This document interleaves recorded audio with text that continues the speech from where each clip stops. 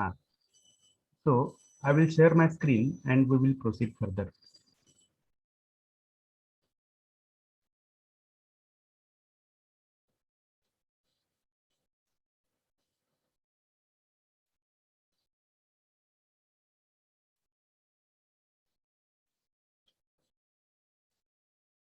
Is my screen visible to everyone? Yes, sir. What is visible on the screen? Unit number 5, writing practices. Writing practices. Very good. And in that 5.1, see here. What is it? Writing business letters. Writing business letters. So, what do you mean by business basically? Business काय असतो? Can anyone brief? त्याला मराठीमध्ये काय म्हणतात? Actually त्याच्यामध्ये काय होतं business मध्ये? व्यापार. व्यापार, करेक्ट. व्यापार, उद्योग किंवा त्याला आपण काय म्हणतो अजून? धंदा, आहे की नाही? बरोबर आहे की नाही? Yes sir. हा. तर मग मला सांगा, व्यापार हा जो घटक आहे व्यापार, मग व्यापार होण्यासाठी कोणत्या दोन व्यक्तींची आवश्यकता असते? हु आर द टू? सेलर आणि बायर. एक Correct. विकणारे. Correct, very good. एक विकणारा आणि दुसरा विकत घेणारा, त्यालाच आपण ग्राहक म्हणतो आणि विक्रेता म्हणतो. Are you getting or no? Yes, sir. So in this direction I will share my another screen so that our discussion will be more pointed. So, let's see.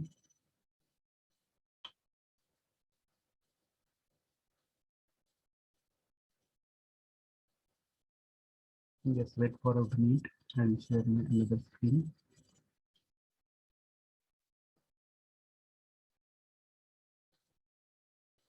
Okay. Is my new screen visible now? Yes, sir. Yes, sir. So what is the title on the top? What is business? Correct. What is business? So here you can see there are two ovals. Sir, no. Two shapes of ovals. And in first oval, you will find all these people in the category of suppliers. ज्याला आपण आता म्हटलं की विक्रेते किंवा विकणारे, right. हे विकणारे कोण कोण असतात बिझनेस मध्ये? वाचा एक एक शब्द. Manufacturer. Then Producer. Supplier, dealer, wholesaler, distributor, retailer. retailer. Yes. So I hope that you have understood who are the sellers, who are the suppliers in a market. And basically, these are the people. बघा, पहिले जे दोन आहेत, manufacturer or producer, they are the people who produce different goods or sometimes services. Are you clear? Yes, sir. They produce their own product. Correct. Very good. And which is the another party in business? Customer, consumer, client, purchaser, user, and shopper. Correct. मग हे कोण आहेत? तर business मधलं दुसरं टोक आहे, business मधली दुसरी व्यक्ती आहे की जी युजर असते. आणि ती कशाची युजर असते? तर इथं तुम्हाला दिसतंय बघा, Products and services. correct. So simply in business, all these people in first oval supply or sell different products and services to customers. Are you clear? Yes, sir. And for that supply, those customers give money to whom? To all these people. Yes or no? Yes, sir. Mug, in this sense, we can define business as the exchange of products and services. See, business is the exchange of products and services on the basis of money. Correct. म्हणजे पैशाच्या आधारे विविध वस्तू आणि सेवांची जी देवाणघेवाण होते त्याला आपण बिझनेस म्हणतो. Is that clear to everyone? Yes, sir. हा, मग याच्यामध्ये आपण ह्या दोन गोष्टीचा थोडा अजून विचार करू. हे प्रॉडक्ट्स काय असतात?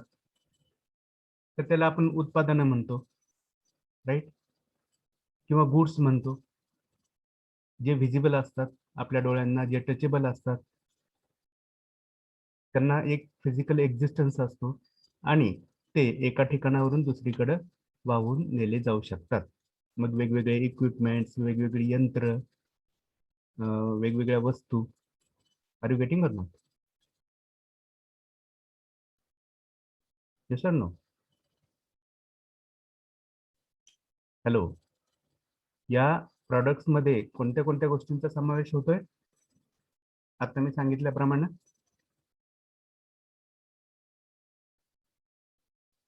सांगा, उत्पादनामध्ये कोणत्या कोणत्या गोष्टींचा समावेश होतोय? त्याचे काही फीचर्स मी सांगितले तुम्हाला. कोणते कोणते फीचर्स सांगितले?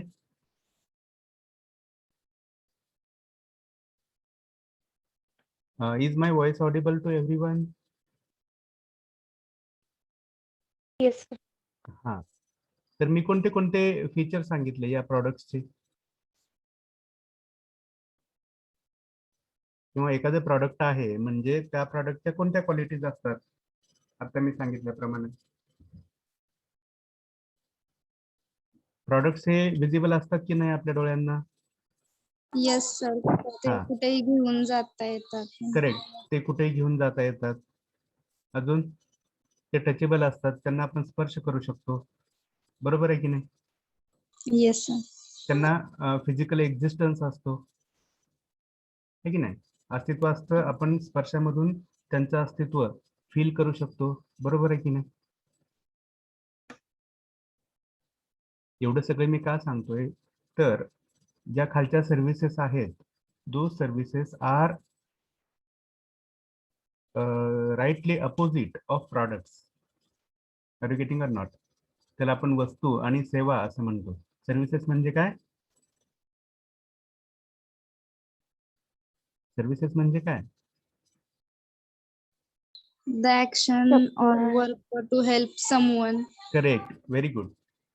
द ऍक्शन और वर्क टू हेल्प समवन, त्यालाच आपण मराठीमध्ये सेवा असं म्हणतो. मग मला सांगा, या ज्या सेवा असतात, are they visible? Are they touchable like the products? Nice, sir. हा, पण हा जो कंझ्युमर असतो की नाही, किंवा कस्टमर असतो की नाही, तो कस्टमर, तो कंझ्युमर या वेगवेगळ्या सेवांचा पण मोबदला, लाभ घेत असतो. हा, लाभ घेत असतो आणि त्या सेवांचा मोबदला पैशाच्या स्वरूपात देत असतो, बरोबर आहे की नाही? Yes, sir. हा, जसं मी तुम्हाला एक एक्झाम्पल सांगेन. तुम्ही मार्केटमध्ये जाता, खिशामध्ये पैसे घेऊन जाता, हातामध्ये बॅग घेऊन जाता आणि दुकानदाराकडून कोणत्या तरी वस्तू विकत घेता आणि त्याला पैसे देता. म्हणजे तिथं तुम्ही कशाची खरेदी केलेली आहे? Products. प्रॉडक्टची, करेक्ट. पण आता दुसरं एक्झाम्पल सांगतो. तुम्हाला पंढरपूरवरून किंवा एका शहरातून दुसऱ्या शहरामध्ये जायचं आहे, तर तुम्ही बसमध्ये बसता आणि त्या बसचं तिकीट काढता. मग इथं जी मिळते तुम्हाला, ती काय असते? सर्व्हिस असते. सर्व्हिस असते. Are you getting or not? Yes, sir. हा, तर बेसिकली बघा, आपण एका प्रोफेशनल एज्युकेशनचे स्टुडंट्स आहोत. We are the students of professional education. That's why we must understand the basics of business. Do you agree with me? Yes, sir. हा, बघा, तुमच्या इंजिनिअरिंग नंतर, शेवटच्या वर्षानंतर तुम्ही कोणत्या तरी गव्हर्नमेंट किंवा प्रायव्हेट ऑर्गनायझेशनमध्ये, कंपनीमध्ये, फॅक्टरीमध्ये काम करणार आहात, कोणत्या तरी पदावर काम करणार आहात. Is it understandable? बरोबर आहे की नाही? किंवा स्वतःचा उद्योग तरी स्थापन करणार आहात, कोणता तरी, कोणती तरी कन्सल्टन्सी फर्म असेल, कोणती तरी फॅक्टरी असेल, कोणती तरी फर्म असेल. Are you getting or not? Hello. Yes, sir. हा, तर मग तुम्हाला बिझनेस काय असतो हे समजणं गरजेचं आहे की नाही? Yes or no? Hello hello everybody. Yes, sir. हा, काहीतरी फीडबॅक देत चला अधूनमधून, म्हणजे आपलं कम्युनिकेशन अजून बेटर होईल. Okay, it is my request to all of you. You must go on giving some feedbacks. It helps me to be on right track. Okay. तर बिझनेस म्हणजे काय ते सगळ्यांना कळालं? Yes, sir. हा, very good. So now let us go ahead for this business correspondence. बघ, करस्पॉन्डन्सचा अर्थ माहिती आहे कोणाला? What do you mean bye correspondence? Correspondence म्हणजे म्हणजे त्याच्या रिलेटेड. हा, बिझनेसच्या रिलेटेड पत्रव्यवहार किंवा बिझनेसशी संबंधित पत्रव्यवहार. मग मला सांगा, आजकाल जरी आपण इलेक्ट्रॉनिक मीडियाचा वापर करत असतो तरी पत्रांचं महत्त्व कमी झालेलं आहे का? आपण वैयक्तिक पातळीवर विचार केला तर कमी झालेला आहे, पण ऑफिशियल पातळीवर जर विचार केला तर पत्रांचं महत्त्व हे कमी झालेलं नाही. Do you agree with me? Yes, sir. हा, मग हे असं का? तर बघा, बिझनेसमध्ये जे कोणते ट्रान्झॅक्शन्स होतात, जी कोणती देवाणघेवाण होते, त्या देवाणघेवाणीचे पुरावे हे पत्र असतात, किंवा ही जी सगळी पत्र असतात ती त्या बिझनेसची, त्या देवाणघेवाणीचे पुरावे असतात. विजिबल प्रूफ्स, एव्हिडन्सेस असतात, आणि ते एव्हिडन्सेस मेंटेन करणं खूप गरजेचं असतं. मग बघा, एखाद्या ऑर्गनायझेशनमध्ये जे काही ट्रान्झॅक्शन्स होतात, जी काही खरेदी विक्री होते, त्या सगळ्यांचं रेकॉर्ड हे पेजवर असतं, ऑन पेपर असतं, किंवा या लेटर्सच्या माध्यमातून असतं.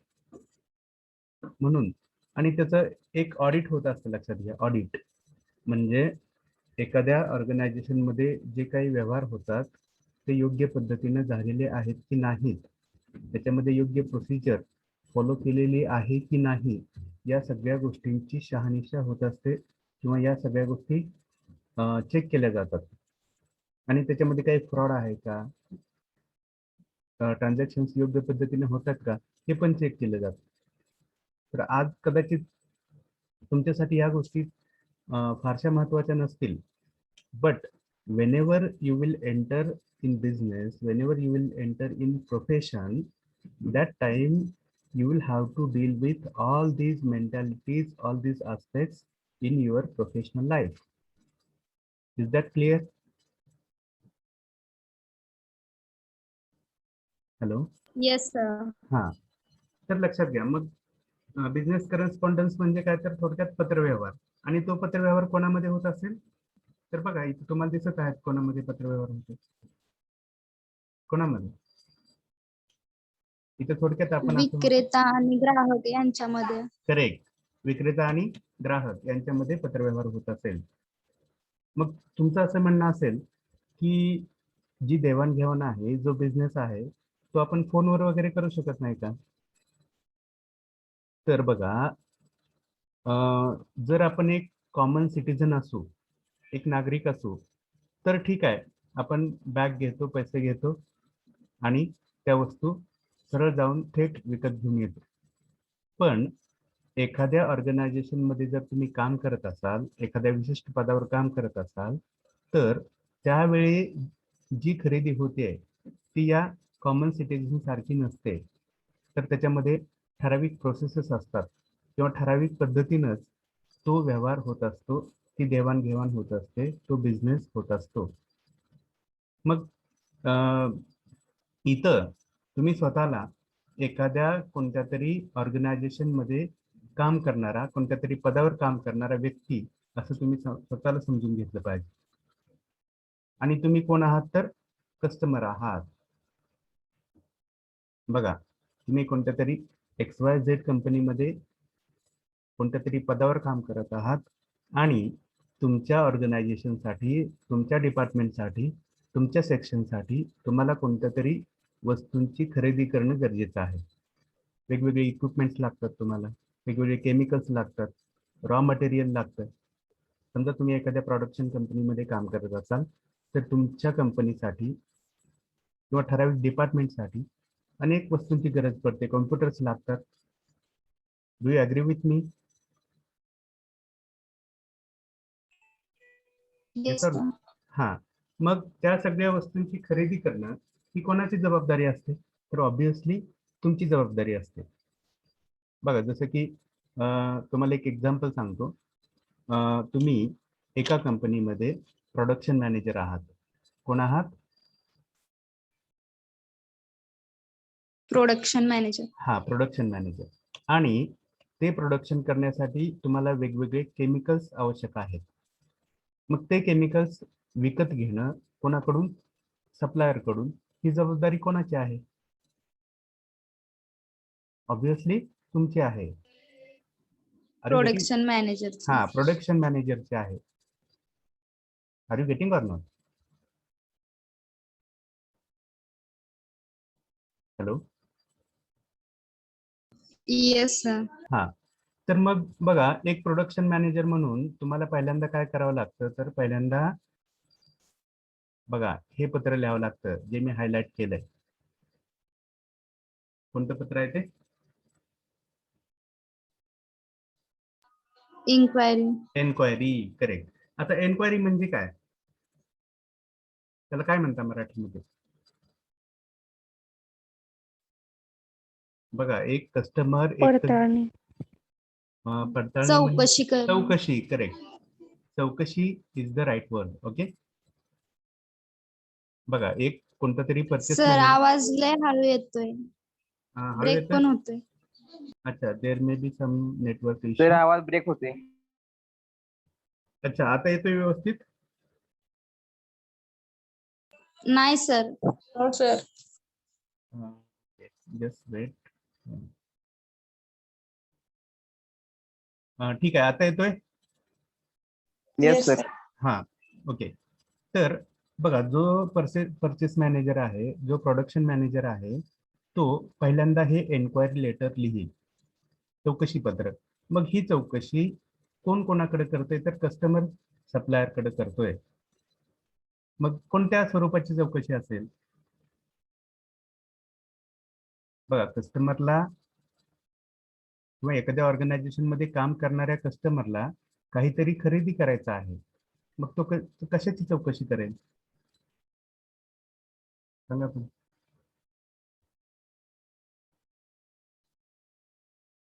बघा, मी एक त्याला जे प्रोडक्ट पाहिजे हा, ते आहेत का नाहीत याची चौकशी करेल व्हेरी आधी. Good, very good, correct.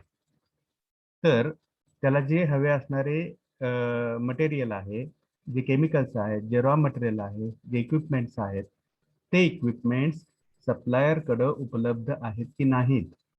It means that to check the availability of required material is the purpose of enquiry letter. Is it clear?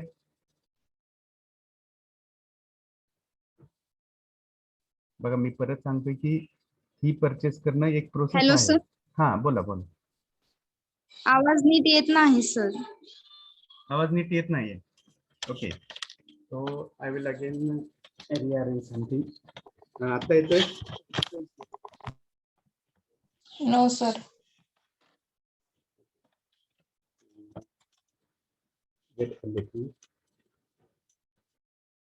आता येतोय? Hello. Is my voice audible now? Yes sir. तर बघा,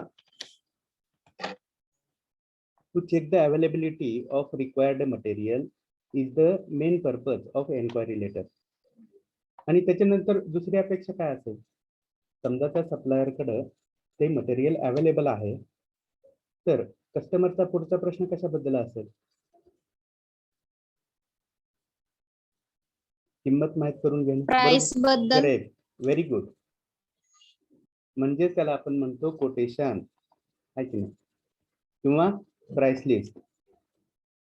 yes or no?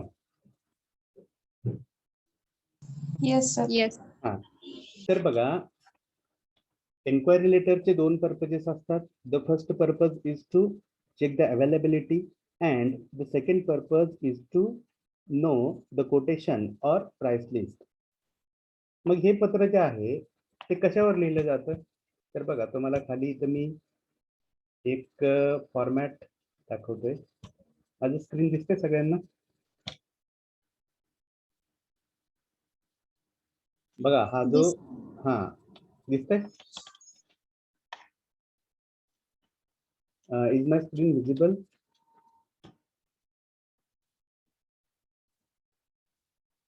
Yes, sir.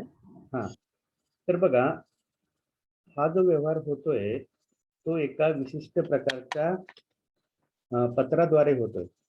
त्यालाच आपण letter head असं म्हणतो. हे जे तुम्हाला दिसते स्क्रीनवर, जिथं डाव्या बाजूला लोगो आहे, त्याच्या उजव्या बाजूला कंपनीचं नाव, ऍड्रेस वगैरे गोष्टी आहेत, याला काय म्हणायचं? सांगितले मी आता तुम्हाला. सांगा, what will you call it as?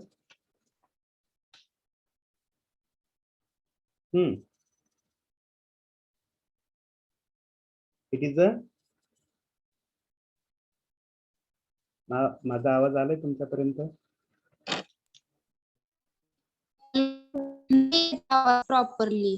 हा, it is a letter head. Okay, त्याला काय म्हणायचं?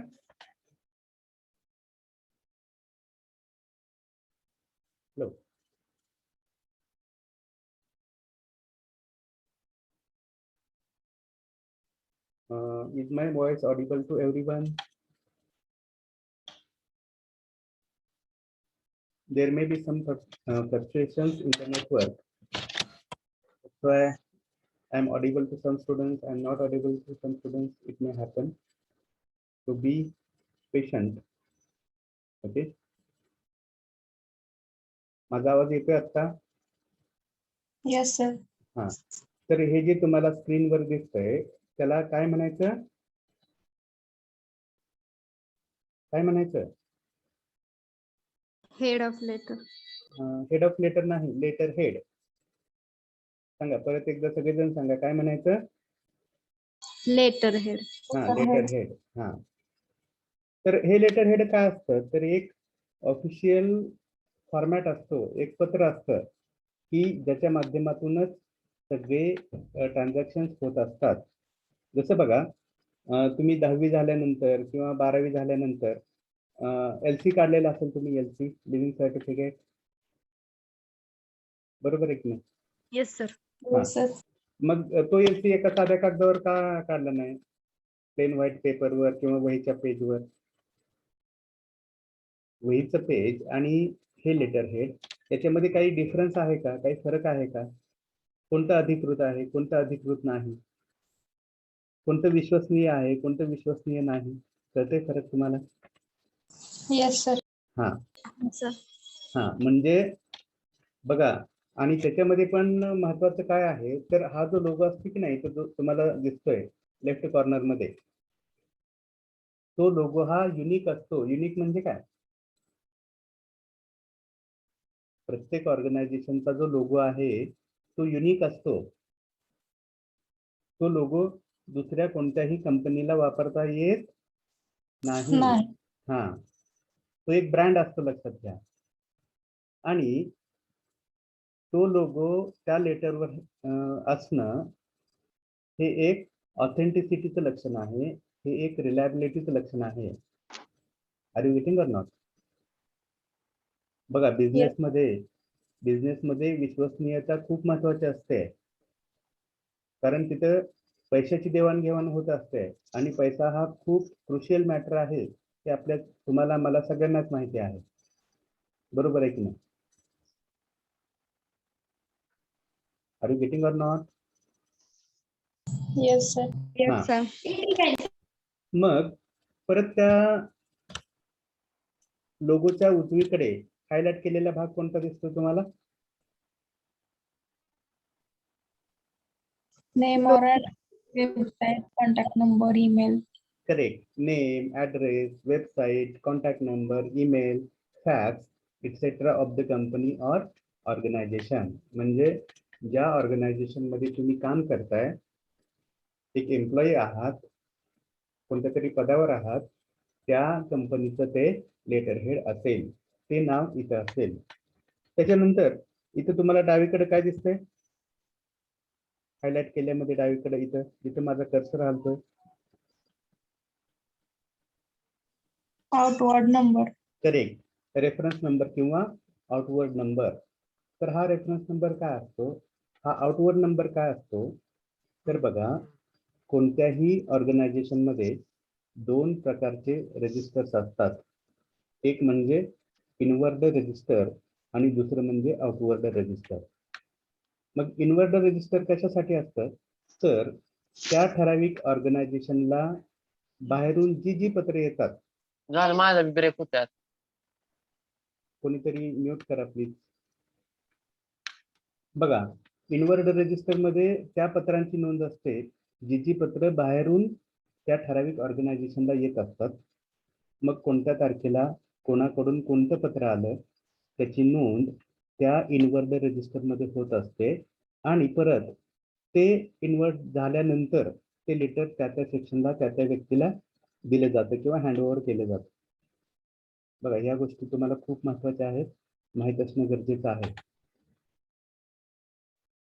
किंवा दुसरे एक रजिस्टर असतं ते म्हणजे आउटवर्ड रजिस्टर. म्हणजे त्या ठराविक ऑर्गनायझेशन कडून जी पत्र बाहेर पाठवली जातात त्या सगळ्या पत्रांची नोंद आउटवर्ड रजिस्टर मध्ये असते. म्हणजे कोणत्या तारखेला कोणतं पत्र कोणाच्या नावे पाठवलं गेलं त्याची नोंद त्या आउटवर्ड रजिस्टर मध्ये असते आणि त्या आउटवर्ड रजिस्टरचा नंबर हा इथे द्यावा लागतो. आणि परत हे सगळं कशासाठी? तर त्या पत्राची विश्वसनीयता तपासण्यासाठी. Are you getting or not?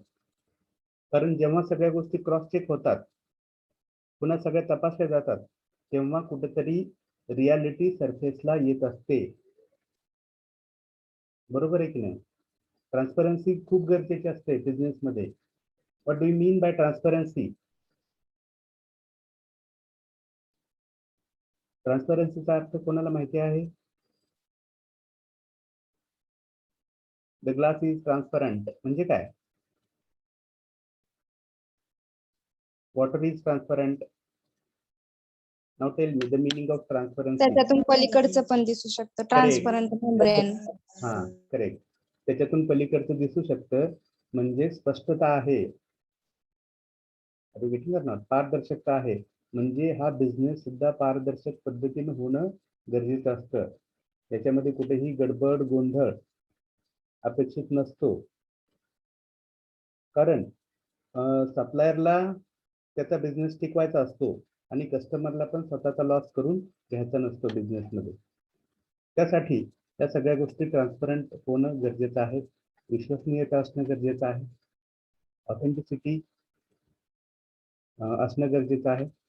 त्याच्यानंतर तुम्हाला इथे दिसतंय राईट साईडला काय आहे? हे डेट. डेट. मग ही डेट पण खूप महत्वाची असते.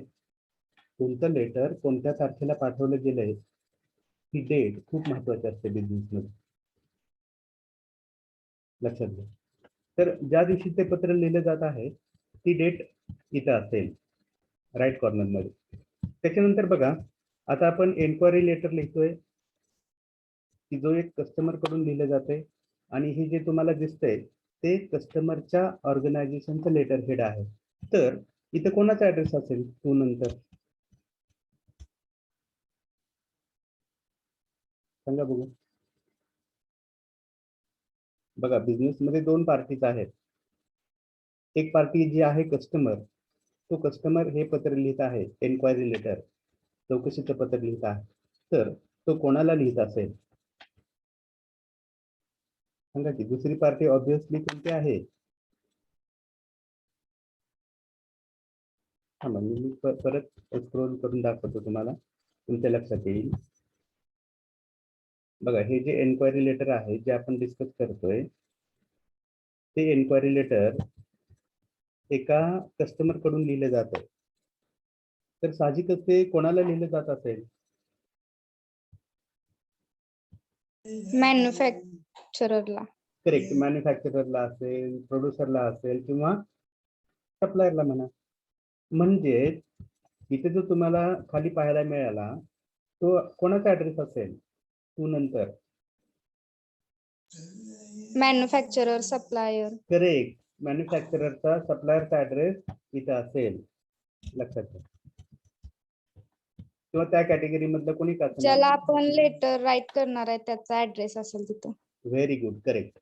ज्याला आपण लेटर राईट करतोय, जो कोणी रिसिव्हर आहे, जो कोणी पत्र घेऊन वाचणार आहे, त्याचा ऍड्रेस इथं असेल. Are you clear? सांगा, clear or not? Yes sir. हा, मग इथे बघा त्याच्या खाली सब्जेक्ट दिसतोय तुम्हाला, बघा. आता हे मी क्लिअर करतो, हे दुसऱ्या लेटरच्या संदर्भातलं होतं. सब्जेक्ट म्हणजे काय असतं सांगा मला. आपण लेटर कोणत्या हेतूने लिहिणार आहे. Very good. आपण ज्या हेतूने ते पत्र लिहितोय तो हेतू या सब्जेक्ट मध्ये मेन्शन केलेला असतो. मग जसं की आता मी प्रोडक्शन मॅनेजर आहे आणि मला एन्क्वायरी करायची आहे, तर सब्जेक्ट काय असेल बघा, एन्क्वायरी अबाउट. समजा मला केमिकल्स पाहिजे आहे, मला कशाची चौकशी करायची आहे, कशाची? मला माझ्या ऑर्गनायझेशनसाठी, माझ्या सेक्शनसाठी काय पाहिजे आहेत, तर केमिकल्स पाहिजे आहेत. मग मी काय सब्जेक्ट टाकेन याच्यामध्ये, तर एन्क्वायरी अबाउट केमिकल्स. सर कळते का सगळ्यांना हे? Yes sir. हा, मग त्याच्यानंतर रेफरन्स. हा रेफरन्स या एन्क्वायरी लेटर मध्ये नसतो, कारण आधी कोणतेही कम्युनिकेशन त्या सप्लायर सोबत झालेलं नसतं. हे पहिलं कम्युनिकेशन असतं एन्क्वायरी लेटरच्या माध्यमातून. कोणाचं कोणासोबतचं?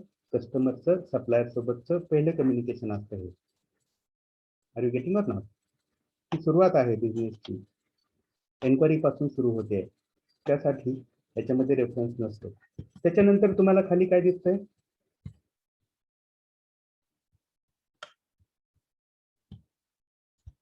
तर हे दोन मी क्लिअर करतो, हे काही महत्वाचं नाहीये. हा, ते काय दिसतंय सांगा. Dear sir or madam. Correct, dear sir or madam. यालाच आपण सॅल्युटेशन असं म्हणतो. मग हे सॅल्युटेशन बदलतं, कशाच्या आधारावर बदलतं, तर सेंडर आणि रिसिव्हर यांच्यामधला नातेसंबंध कोणत्या प्रकारचा आहे त्यावरून. मग इथे बिझनेस असल्यामुळं बिझनेसमध्ये रिस्पेक्टेड सर वगैरे म्हणायचं नसतं, तर बिझनेसमध्ये कॉमनली वापरलं जाणारं सॅल्युटेशन आहे डिअर सर और डिअर मॅडम. हा, व्हेरी गुड. मग त्याच्यानंतर तुम्हाला फार मोठी स्पेस दिसते इथे, बघा बघा, एवढी सगळी स्पेस दिसते. मग या स्पेस मध्ये काय असेल, तर त्याला आपण म्हणतो it is the main body of the letter, किंवा आपल्या वरच्या सब्जेक्टला अनुसरून जे काही डिटेल एक्सप्लेनेशन आपण करतोय, जी काही डिटेल्ड माहिती आपण लिहितोय, ती माहिती इथं असते आणि त्याला आपण म्हणतोय body. Body. Correct, main body of the letter. मग याच्यामध्ये तुम्ही असं म्हणाल की dear sir or madam, we are running one factory in Pandharpur or in Solapur. For the production of different products, we require different chemicals. Sir ना, मग कोणते कोणते केमिकल्स पाहिजेत ते तुम्ही लिहू शकता. HCl असेल, H2SO4 असेल. हे काय आहे H2SO4, HCl काय ते? ऍसिड आहेत. हा, ऍसिड्स आहेत. मग कदाचित त्यांची गरज असू शकते, तर तुम्ही म्हणू शकताय we are running one factory here in Solapur and for the production of different products we require different chemicals like H2SO4, HCl, etc. So through this inquiry letter, I wish to know if those chemicals are available with you or not. है की नाही. आणि if they are available please let us know the quotation और price list. yes or no? Yes. हा, तर हा matter, हा महिना जो मी आता सांगितला तो या स्पेसमध्ये असेल. त्यालाच आपण आता सांगितल्याप्रमाणे मेन बॉडी असं म्हणतोय. Then there is complimentary close. बघा हे जे तुम्हाला दिसतंय शेवटी थँक्यू, युअर्स फेथफुली, त्याच्यानंतर ज्या डॅश डॅश दिसत आहेत त्या जागी सिग्नेचर असते त्या परचेस मॅनेजरची किंवा जो कोणी पदाधिकारी आहे, जो कोणी पाठवणारा आहे त्याची, आणि त्याच्या खाली त्या व्यक्तीचं नाव असतं आणि त्या व्यक्तीचं डेजिग्नेशन म्हणजे पद. बघा ज्या पदावरती व्यक्ती काम करते ते पद तिथं असतं. Are you clear? Yes, sir. हा, मग याला आपण म्हणतो कॉम्प्लिमेंटरी क्लोज. आणि त्याच्यानंतर असते ते एनक्लोजर्स. एनक्लोजर्स म्हणजे काय? तर it is the list of different documents attached with the letter. एखाद्या लेटर सोबत ॲडिशनल जे डॉक्युमेंट्स अटॅच केले जातात त्या डॉक्युमेंट्सची लिस्ट असते, त्याला आपण एनक्लोजर्स असं म्हणतो. मग हे कशासाठी अटॅच केले जातात? तर ते कम्युनिकेशन, ते लेटर फुलप्रूफ होण्यासाठी किंवा रिसिव्हरचं अंडरस्टँडिंग चांगलं होण्यासाठी, आहे की नाही, किंवा पुरावे म्हणून, एव्हिडन्सेस म्हणून ते डॉक्युमेंट्स अटॅच केले जातात. तर इथं एन्क्वायरी लेटरमध्ये कोणतेही एन्क्लोजर्स ऍड करण्याची गरज नाही, पण इतर जे बाकीचे लेटर्स आहेत त्याच्यामध्ये एन्क्लोजर्स असतात आणि ते पुरावे म्हणून, रेफरन्सेस म्हणून अटॅच केलेले असतात या लेटर्स सोबत. तर तुम्हाला सगळ्यांना समजलं एन्क्वायरी लेटर काय असतं? Yes, sir. हा, मग बघा आता पुढचं लेटर कोणतं दिसतं इथं? It is the second letter, Quotation. Quotation. मग बघा आता इथे खूप इंटरेस्टिंग आणि छान गोष्ट आहे, तुम्हाला लक्षात घ्यावं लागेल. हे जे एन्क्वायरी लेटर लिहिलं जातं कस्टमर कडून ते एकाच सप्लायरला लिहिलं जातं का? जसं मला बघा एखादी 2 व्हीलर खरेदी करायची आहे, 4 व्हीलर खरेदी करायची आहे, तर मी काय करतो, एक 3-4 सप्लायरचं कोटेशन घेतो, आहे की नाही. एक पंढरपूरच्या सप्लायरचं घेतो, एक सोलापूरच्या सप्लायरचं घेतो, एक पुण्याच्या सप्लायरचं घेतो. कशासाठी सांगा बघू? एक कस्टमर म्हणून माझी काय अपेक्षा असते? चांगला प्रोडक्ट भेटण्याची, करेक्ट, एक तर चांगला प्रोडक्ट भेटण्याची आणि दुसऱ्या आणि बाजूला कमी प्राइस मध्ये. करेक्ट, Price मध्ये. व्हेरी गुड, कमी प्राइस मध्ये किंवा योग्य प्राइस मध्ये ती मिळाली पाहिजे. आणि बऱ्याचदा बघा मला सांगा की एखादी वस्तू, ठराविक किमतीची एखादी वस्तू ही सेम प्राइसला सगळ्या सप्लायर कडून विकली जाते का? No, sir. हा, लक्षात घ्या, कारण सप्लायरच्या पण काही पॉलिसीज असतात. बघा एक पॉलिसी असते की तीच वस्तू जास्त किमतीला विकून फायदा मिळवणं, आणि दुसऱ्या सप्लायरचा इंटेन्शन असं असू शकतं की त्या जास्त वस्तू विकून जास्त फायदा मिळवणं. बरोबर आहे की नाही? म्हणजे मार्जिन कमी ठेवणं. मार्जिन म्हणजे समजतंय, कमिशन, मार्जिन, प्रॉफिट. बरोबर आहे की नाही? हॅलो,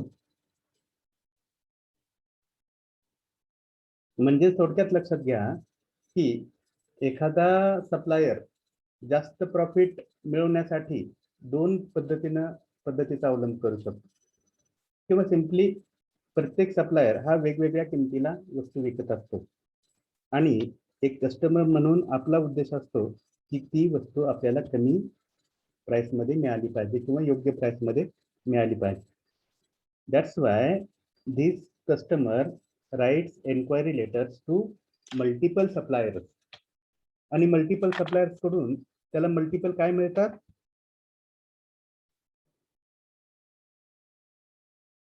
बघा मी जर 4 सप्लायर्सना एन्क्वायरी लेटर लिहिलेलं असेल तर 4 सप्लायर्स कडून मला 4 काय मिळतील?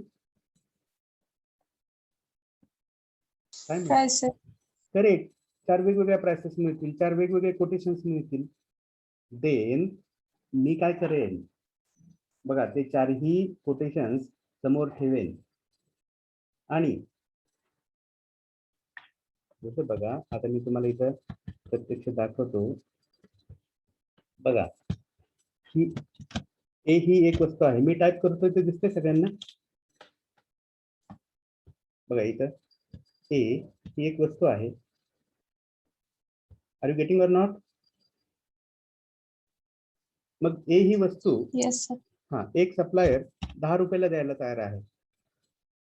परत तीच वस्तू बघा, तीच ए ही वस्तू दुसरा सप्लायर 12 रुपयाला द्यायला तयार आहे आणि तीच वस्तू तिसरा सप्लायर 9 रुपयाला द्यायला तयार आहे.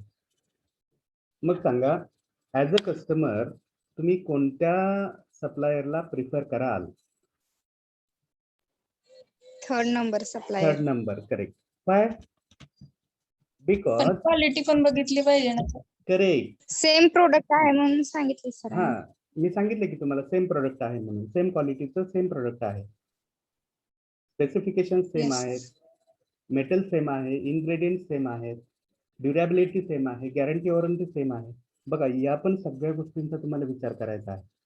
तुम्ही छान मुद्दा मांडला की क्वालिटी पण विचारात घेतली पाहिजे. मग तुम्ही तेच तर विचारात घेत असता, सगळ्या बाजूनी त्या कोटेशनचा विचार करत असता आणि आपल्याला परवडणारं कोणतं आहे याचा विचार करत असता. त्याच्यामध्ये प्राइस हा सगळ्यात महत्वाचा घटक असतो, है की नाही? आणि त्याच्यानंतर इतर पण ज्या गोष्टी आपण आता डिस्कस केल्या त्या पण महत्वाच्या असतात. मग एक कस्टमर म्हणून समजा मला हा तिसरा सप्लायर अफोर्डेबल वाटतोय, कम्फर्टेबल वाटतोय, तर मी हे पुढचं लेटर त्या सप्लायरला लिहित असतो. बघा, कोणतं लेटर आहे हे? ऑर्डर. Order letter. मग आपण ऑर्डर करत असतो म्हणजे काय करत असतो बघा, जसं की आपण हॉटेलमध्ये जातो, एखाद्या रेस्टॉरंटमध्ये जातो आणि ऑर्डर करत असतो. तिथं आपण कोण असतो? कोण असतो? कस्टमर नसतो का आपण? हॅलो, एखाद्या हॉटेलमध्ये गेल्यानंतर ऑर्डर करणारा आपण कस्टमर नसतो का? बरोबर आहे की नाही मी काय म्हणतो? Yes, sir. हा, लक्षात घ्या. मग हे जे ऑर्डर लेटर आहे ते परत कस्टमर कडून सप्लायरला लिहिलं जात असतं.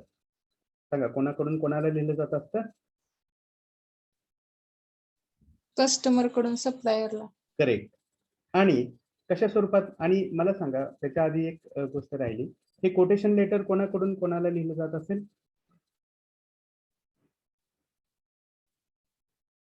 कोण कोणाला कोटेशन देतं?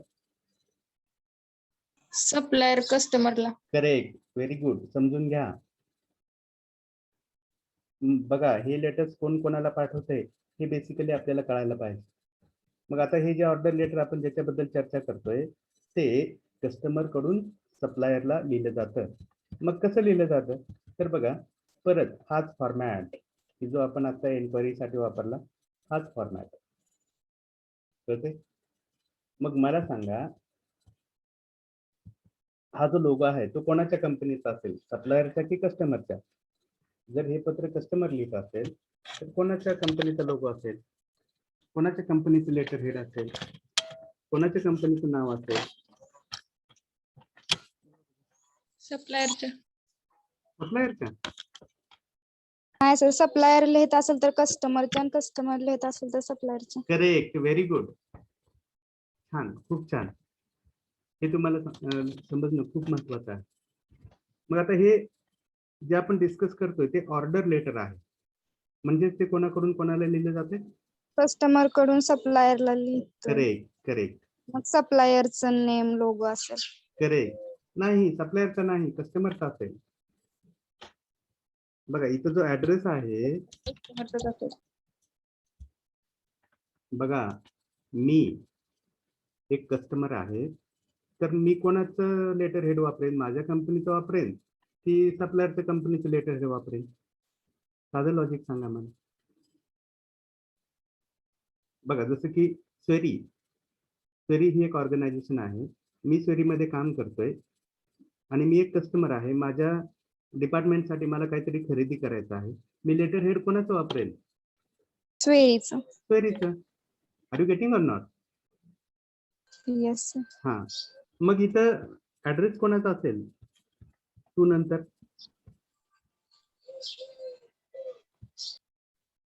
कोणाचा ऍड्रेस असेल?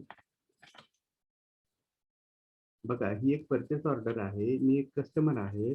मी माझं लेटर हेड वापरतोय. मग एक कस्टमर म्हणून मी हे लेटर कोणाला ऍड्रेस केलेलं असेल? सप्लायर. सप्लायर. करेक्ट. म्हणजे तिथं टू नंतर सप्लायरचा ऍड्रेस असेल.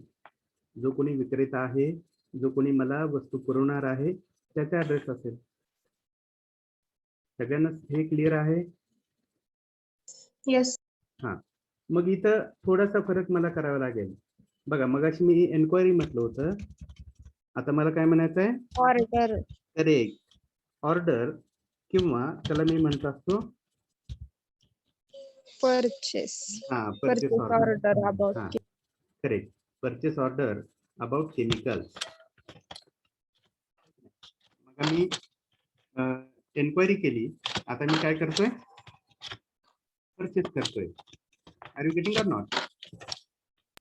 Yes sir. मग इथं परत रेफरन्स असेल. बघा, मगाशी जो आपण काढला होता तो रेफरन्स इथं असेल. मग कशाच्या संदर्भावर हे परचेसिंग होत आहे? आधी काय मिळालेलं असतं मला त्या सप्लायर कडून? एन्क्वायरी लेटरच्या माध्यमातून मला त्या सप्लायर कडून काय मिळालेलं असतं? प्राइसेस. Correct, prices. आणि त्यालाच आपण काय म्हणतोय? Quotation. Correct, your quotation letter number. मग मला सांगा, या कोटेशनचा रेफरन्स देणं का गरजेचं आहे? सांगू शकते कोणी? त्यांना समजण्यासाठी अगोदर हे केलं Correct. होतं, पत्र राईट केलं होतं म्हणून. करेक्ट. आणि दुसरं म्हणजे मार्केट मधल्या ज्या प्राइसेस असतात त्या ओलाटाईल असतात, किंवा त्याच्यामध्ये फ्लक्च्युएशन्स होत असतात. बरोबर आहे की नाही? म्हणजे एखाद्या वस्तूची आज प्राइस जर 10 रुपये असेल तर उद्या पण 10 रुपये राहील याची गॅरंटी असते का? नाही. नाही. बघा, म्हणजेच ठराविक दिवशी कोट केलेली जी ठराविक प्राइस आहे ती तुम्हाला अफोर्डेबल वाटत असते, म्हणून तुम्ही तो रेफरन्स इथे देत असता. कदाचित ती प्राइस आज वाढलेली असू शकते. Are you getting or not? Yes sir. जसं बघा, आता कोविडचं वातावरण आहे, तर कोविडच्या वातावरणामुळं सगळ्या ज्या ऑनलाईनशी रिलेटेड असणाऱ्या गोष्टी असतील त्यांच्या किमती कशा आहेत? त्याच्यामध्ये हाईक झालेली आहे की नाही? हा, वाढलेत. वाढलेत की नाही? लक्षात घ्या. म्हणजेच आपण इथं समजू शकतोय की जसा ट्रेंड असेल मार्केटचा तसं त्या प्राइसेस कमी जास्त होत असतात. म्हणून ठराविक जी प्राइस तुम्हाला पटलेली आहे त्या प्राइसचा, त्या कोटेशनचा रेफरन्स इथे देणं गरजेचं आहे. कळते सगळ्यांना हे? नाहीतर मग सप्लायरच्या मनामध्ये प्रश्न निर्माण होतो की ठराविक वस्तू तुम्ही त्या किमतीला कसं काय मागताय? आज आज त्या वस्तूची किंमत 15 रुपये आहे आणि त्यांनी जी कोट केलेली आहे ती 12 रुपये आहे. लक्षात घ्या, सप्लायरनी कोट केलेली, कोटेशनच्या माध्यमातून सांगितलेली रक्कम, अमाऊंट किंवा प्राइस ही 12 रुपये आहे आणि आज जर आपण विचार केला तर ती 15 रुपये आहे. मग तुम्हाला 12 रुपयाची वस्तू 15 रुपयाला घेणं परवडतं का? सांगा ना मला. नाही. हा, मग तुम्हाला पटलेली प्राइस कोणती असते? 12 रुपये. लक्षात घ्या. म्हणून तो रेफरन्स फार महत्वाचा असतो ऑर्डर लेटर मध्ये. मग your quotation letter number for example 12 dated. मग कोणत्या तारखेला त्यांनी ते कोटेशन पाठवलंय ते डेट पण तुम्हाला लिहावे लागते. आणि ही डेट मागची असते. आणि इथं जी तुम्हाला वरच्या कोपऱ्यात दिसते, कुठं उजव्या कोपऱ्यात, ही डेट कोणती असेल बघा. ही डेट आपण पत्र जेव्हा राईट करतो तेव्हाची. करेक्ट. आपण जेव्हा पत्र लिहितोय तेव्हाची ही डेट असते.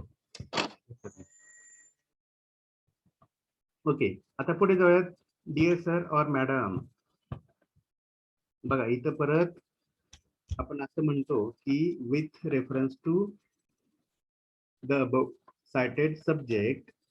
बघा, with reference to the above cited subject, it is our pleasure to place an order for different chemicals. है की नाही? And the details of our requirements are as follows. मग त्याच्यामध्ये एक टेबल असतो, लक्षात घ्या. एक स्पेसिफिकेशन टेबल असतो बघा, अशा स्वरूपाचा एक टेबल असतो. आणि याला काय म्हणायचं तर टेबल ऑफ रिक्वायरमेंट्स. कसला टेबल म्हणायचा सांगा? Table of requirement. हा, टेबल ऑफ रिक्वायरमेंट्स. मग सिरियल नंबर, त्याच्यानंतर रिक्वायर्ड मटेरियल किंवा रिक्वायर्ड केमिकल, रिक्वायर्ड जे काही इक्विपमेंट आहे, टूल आहे, मशिनरी आहे, त्याचं नाव असेल. त्याच्यानंतर प्राइस त्याची. हा करेक्ट. रिक्वायर्ड क्वांटिटी असेल, बरोबर आहे की नाही? क्वांटिटी किती पाहिजे ते. हा, किती पाहिजे ते. म्हणजे मला समजा कॉम्प्युटर पाहिजे आहे तर 10 लागू शकतात, 1 लागू शकतो, 2 लागू शकतात, बरोबर आहे की नाही? त्याच्यानंतर असतं तो स्पेसिफिकेशन. बघा, स्पेसिफिकेशन कशाबद्दल असतात तर त्या कंपनीचा, त्या मटेरियलचा ब्रँड कोणता आहे, कलर कोणता आहे, साईज कोणती आहे, मेटल कोणता आहे की नाही, हे स्पेसिफिकेशन असतात की नाही? जेव्हा तुम्ही पीसी खरेदी करताय तर त्याची रॅम किती आहे, हार्ड डिस्क कितीची आहे, बरोबर आहे की नाही? इंटरनल मेमरी किती आहे, ग्राफिक कार्ड आहे की नाही, बरोबर आहे की नाही? येस. हा, त्याच्यानंतर इथं असते इंडिव्हिज्युअल प्राइस. इंडिव्हिज्युअल म्हणजे काय?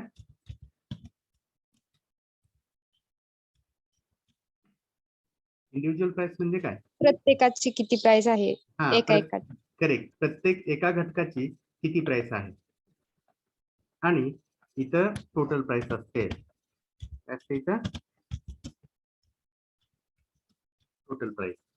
मग बघा, समजा सिरियल नंबर 1 आहे. रिक्वायर्ड मटेरियल फॉर एक्झाम्पल मला ए ही वस्तू घ्यायची आहे. त्या ए वस्तूच्या मला 12 पीसेस घ्यायच्या आहेत. किती घ्यायच्या आहेत? 12. ओके. आणि स्पेसिफिकेशन काहीतरी असेल XYZ, त्याचा ब्रँड वगैरे, कंपनी जे काय असेल ते. मग एकाची प्राइस आहे समजा 10 रुपये आणि मला रिक्वायर्ड क्वांटिटी आहे 12 रुपये, तर टोटल प्राइस किती होईल? What will be the total amount? 120. Correct, 120. आणि अशा पद्धतीनं तुम्हाला जेवढ्या रूल्स आवश्यक असतात तुमच्या रिक्वायरमेंट नुसार तेवढ्या तुम्ही याच्यामध्ये ऍड करू शकता, बरोबर आहे की नाही? आणि शेवटी काय करता तर बघा, ही शेवटची जी रो आहे ती तुम्ही मर्ज करता. बघा, मर्ज करता, इथं नाव देता टोटल प्राइस किंवा टोटल अमाऊंट म्हणतात त्याला. आणि इथं हा जो बॉक्स दिसतोय शेवटचा तुम्हाला, बघा कलर असलेला बॉक्स, हा तिथं टोटल अमाऊंट असते. आणि ती अमाऊंट तुम्ही त्या सप्लायरला देणार असता, बरोबर आहे की नाही? हॅलो, मी काय म्हणतो समजते सगळ्यांना? Yes sir. हा, मग ही जी प्राइस आहे ती कशाच्या माध्यमातून तुम्ही देत असता तर कधी कधी डीडीच्या माध्यमातून, कधी कधी RTGS, कधी कधी NEFT, कधी कधी IMPS, कधी कधी गुगल पे, कधी कधी PhonePe. Are you getting or not? कधी कधी हार्ड कॅश, बरोबर आहे की नाही? हा हॅलो सर. हा, तर लक्षात घ्या. मग हा टेबल ऑफ रिक्वायरमेंट्स झाला की त्याच्या खाली असतात त्या टर्म्स अँड कंडिशन्स. बघा, एक कस्टमर म्हणून काही टर्म्स आणि कंडिशन्स त्या परचेस ऑर्डर मध्ये मेन्शन करणं गरजेचं असतं, किंवा ज्या नियमांना ज्या अटींना अनुसरून तो बिझनेस होतोय त्या अटी याच्यामध्ये उल्लेख करणं गरजेचं असतं. नाहीतर मग परत जेव्हा काही लिगल इश्यू होतात, जेव्हा काही अडचणी येतात, तेव्हा मग कस्टमर किंवा सप्लायर एकमेकांना विचारू शकतात, ते कुठे मेन्शन केलं होतं त्याच्यावर, तसं कुठे मेन्शन होतं. Are you getting or not? आणि जर मेन्शन केलेलं नसेल तर कोणीही क्लेम करू शकत नाही. Are you getting or not? आता तुम्हाला समजा एखाद्या दुकानामध्ये तुम्ही वस्तू खरेदी केली आणि जी पावती आहे, जी बिल आहे, त्याच्यावर गॅरंटी वॉरंटी मेन्शनच केलेली नाही, परत तुम्ही क्लेम करू शकता?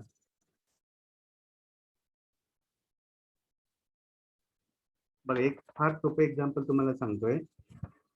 तुम्ही कोणत्या तरी दुकानातून एखादी वस्तू खरेदी केली आहे, इलेक्ट्रॉनिक वस्तू आहे, आणि जे बिल केलेलं आहे, जे बिलाची पावती तुम्ही घेतलेली आहे, त्या पावतीवर गॅरंटी वॉरंटी मेन्शन केलेली नाही, त्याचा उल्लेखच नाहीये.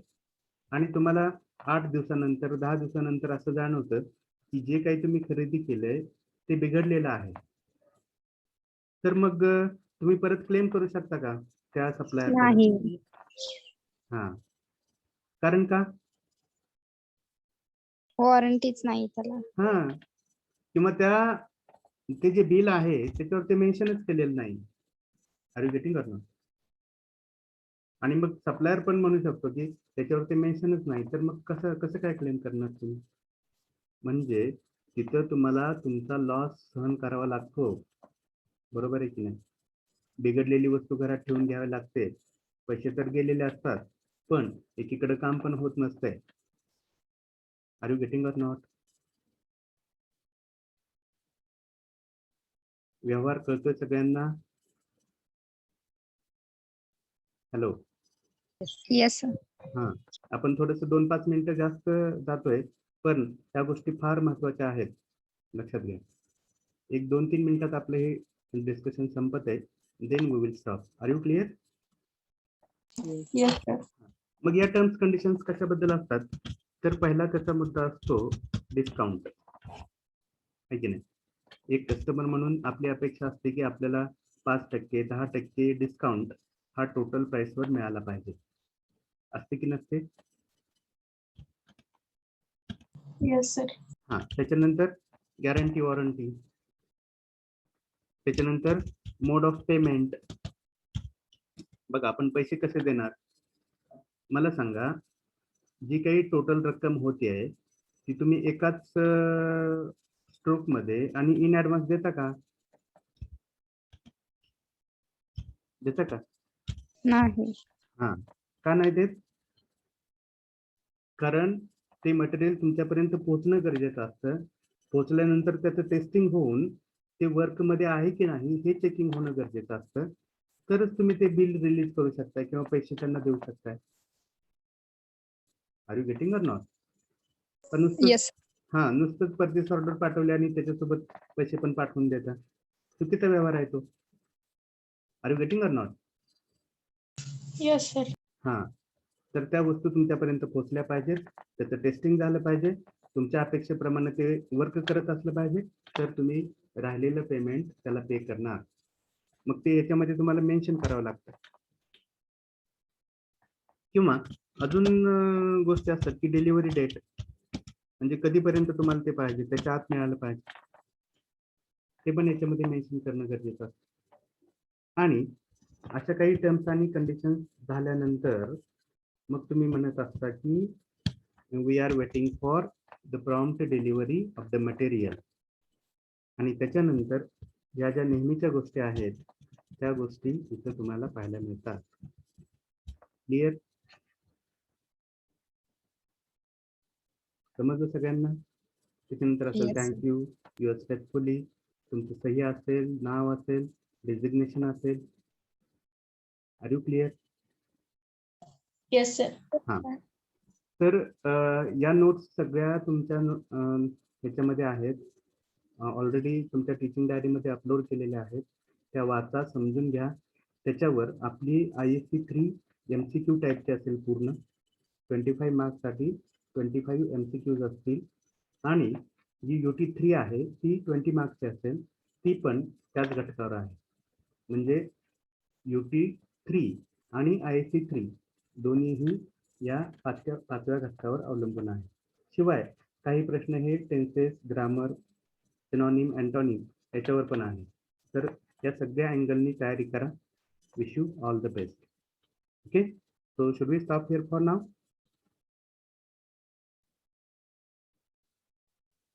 Hello. Yes. So thank you everybody for your patience and listening.